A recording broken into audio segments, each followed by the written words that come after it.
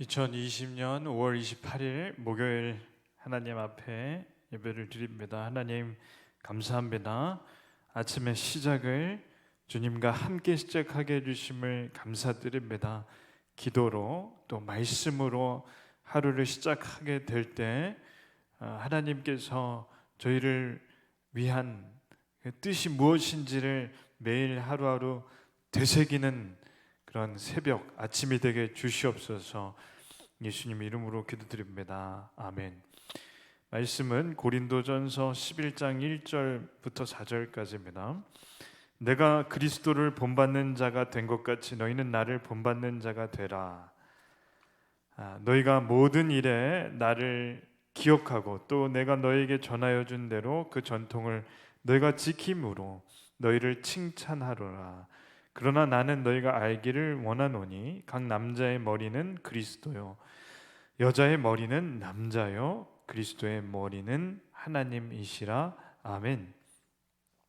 오늘 말씀을 보면 바울은 내가 그리스도를 닮으려고 한 것 같이 본받으려 한 것 같이 너희는 나를 본받는 자가 되라고 합니다.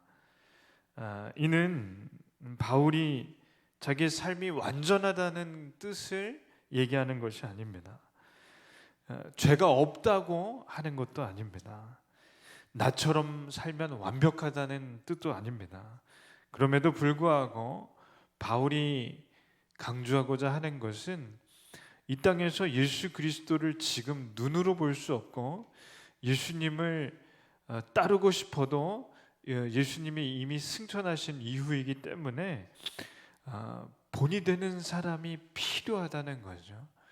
지금으로 말하면 교회에 만약 처음 온 성도가 있다면 예수님을 믿어야 된다고 할 때 정말 믿음이 좋은 집사님, 장로님, 또 권사님 한 분을 보고 그대로 따르는 것이 좋다, 이런 뜻이라고 보면 가장 맞습니다.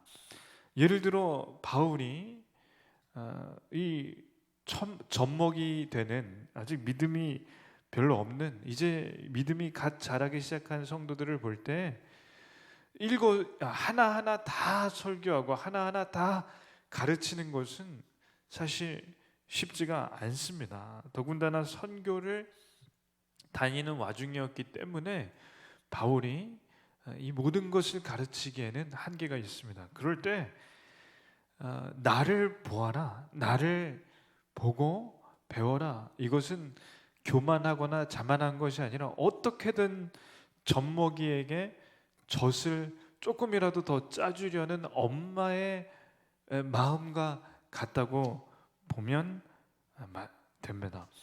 오늘 교회 CCTV가 며칠 동안 이제 고장이 나서 수리를 하기 위해 업체를 불렀습니다.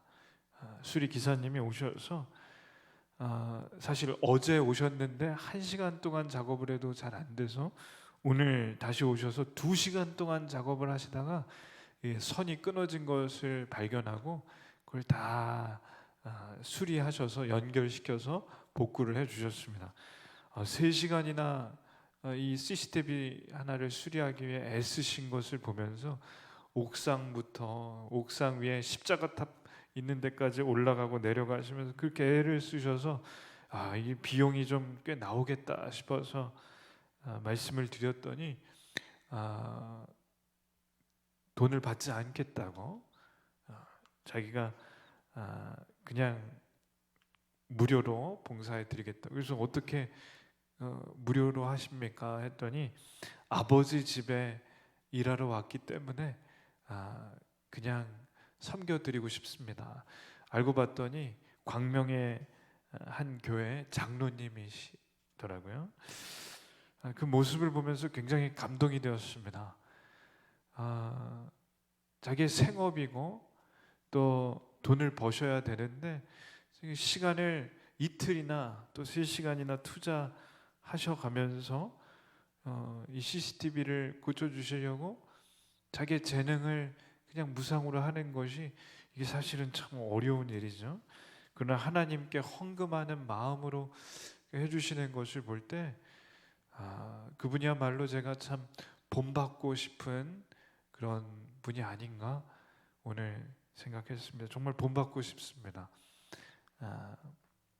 오늘 바울의 말씀대로 저희는 하나님의 말씀대로 살려고 애쓰는 사람을 만나면 그분을 본받기 위해 애써야 합니다.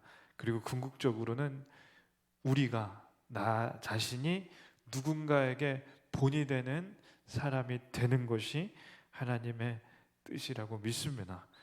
오늘 말씀에 보면 교회 또 전통을 잘 지키는데 바울이 전통을 잘 지키는 것을 칭찬합니다. 그런데 여기서 각 남자의 머리는 그리스도시요 여자의 머리는 남자요 그리스도의 머리는 하나님이시라고 말씀을 전합니다. 이 뜻은 이렇습니다. 전통을 지킨다는 것은 교회 안에 뭐 전통이라고 하기에도 갓 태어난 얼마 안 된 교회이기 때문에 이 교회에서 전통이라는 것은 사실 길지 않지만 어찌됐든 간에 교회를 세워준 바울의 말씀을 잘 지키려고 교회 안에서 원칙과 규칙들을 만들어 새 가족이 왔을 때 어떻게 해야 되는지 이런 하나하나를 잘 지키려고 했던 것을 바울은 칭찬하는 것이고, 왜 하나님께서 그리스도의 머리가 되시고 또 남자의 머리가 그리스도시며 여자의 머리가 남자다 이 말씀을 하냐? 이 창조 질서를 가르치는 겁니다. 자, 하나님이 가장 높으시면 그리스도께서 아들 되시기 때문에 그 아래에 계시고 그 아래에 남자가 있고 또 여자가 있습니다. 이것은 위아래를 말하는 것이 아니라 지배하고 복종하는 관계가 아니라 사랑과 순종의 관계라는 것인데, 이게 하나님의 뜻 가운데 질서가 있다는 것이죠. 그러니까 예수 그리스도는 이 땅에서 하나님의 뜻을 그대로 순종하여 이 땅에 내려오셔서 십자가에 못 박혀 죽으시고 부활하시고 하늘로 승천하는 이 모든 사역을 아버지 하나님 뜻대로 하셨습니다.